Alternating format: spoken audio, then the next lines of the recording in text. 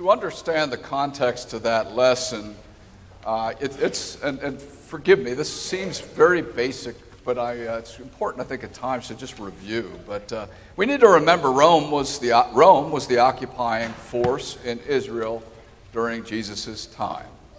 Rome intruded, took control, and they kept the Israelites subservient by their military strength. And the leader of the Roman Empire was the emperor whose name was Caesar Augustus, thank you.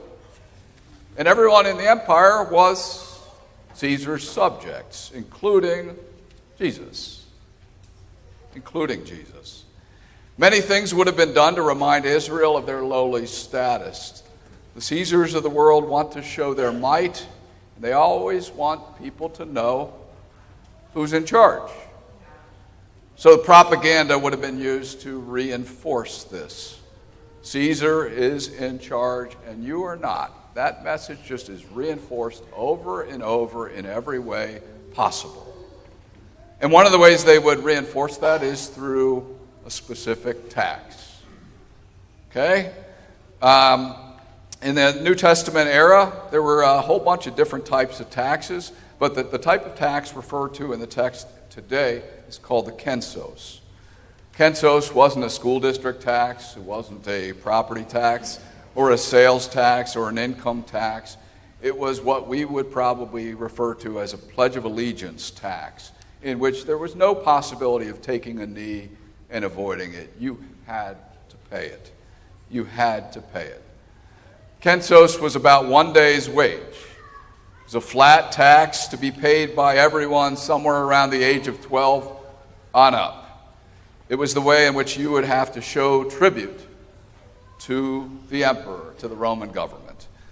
And you probably know me well enough to know I love to look up words. I would never have imagined the dictionary became a great friend of mine when I was a kid.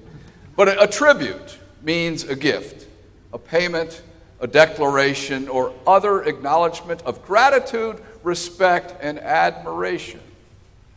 It's kind of ironic, but I tell you, the Caesars of the world crave that, and they demand that. They demand tribute. But this annual payment had to have been an incredibly painful reminder for the people of Israel about their lowly status. By demanding this tax, Rome was saying, this is how you have to pledge allegiance to us.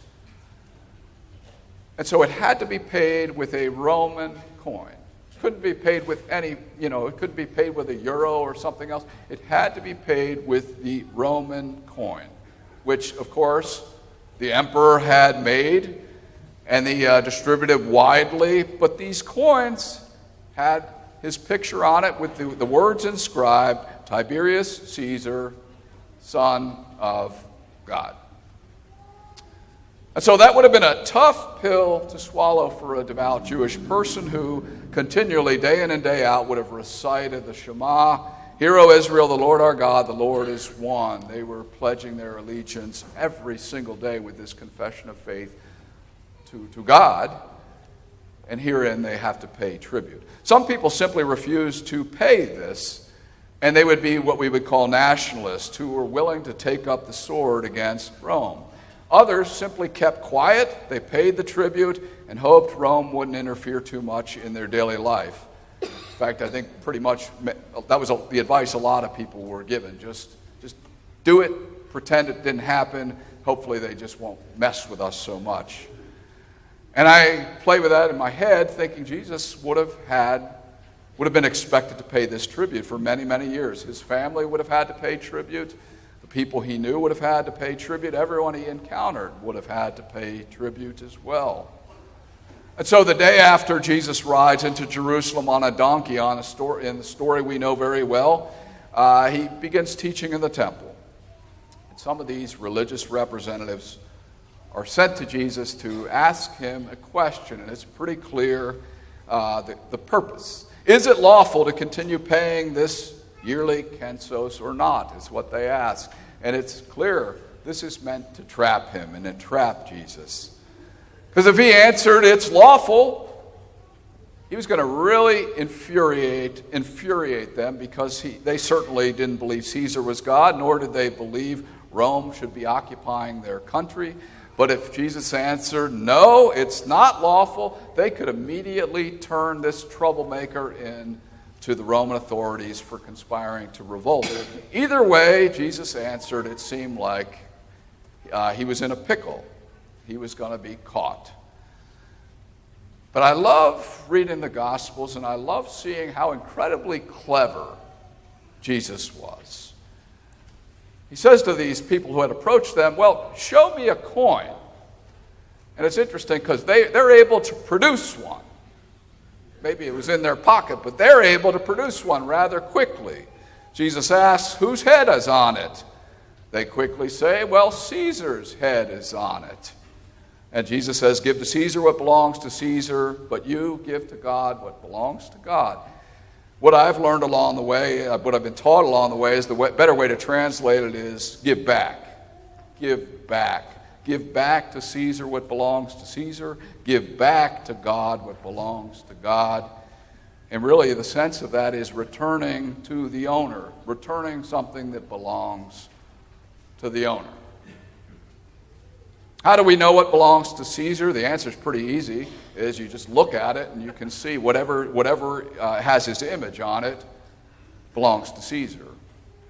But how do we know the things that belong to God?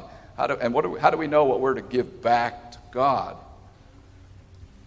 Very simplistically, we give back to God the things that are stamped with God's image, which is all of us, and what we'll see in just a moment when we baptize Aaron, when Grandpa baptizes Aaron. We belong to God. And what we remember and give thanks for is his seal of approval is on us. We're marked with the sign of the cross, and it means we belong to a God who is gracious and loving and caring and inclusive and generous and knows the things for peace and is nothing at all like the Caesars of this world. And our calling really is to present our life as an offering in gratitude for all God has given us. A number of years ago, I did something kind of stupid in church. It wasn't stupid, it illustrated the point, so I'll sort of model it again today. This goes way back to when I wore glasses. I brought a big chair. Well, it was a little lower to the ground. I wasn't that dumb. But somewhere along the way, I inherited this offering plate. I don't know where it came from, but it's pretty sturdy. But ultimately, you and I realize that the calling of Jesus is really to put our life, everything we have into the offering plate. And when we do that, when we step into the offering plate with all that we have, all we are, our life takes on great purpose and meaning. It enables us to connect with the world in such a wonderful way, and we can pour out our life in a way that has an incredible way of blessing other people. Emily testified to that this morning, that many of you poured out your life and your witness to her and brought her in, and she continues to pour out her life and a witness to other people.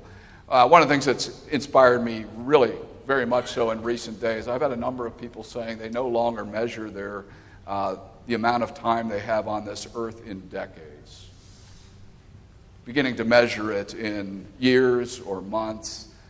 But you're saying, I am going to serve day in and day out with all I have to the best of my ability and be an offering, and realizing there's joy and peace in that. And you realize what a wonderful legacy that is, to be an offering for the sake of the growth of the kingdom. Thanks be to God. Amen.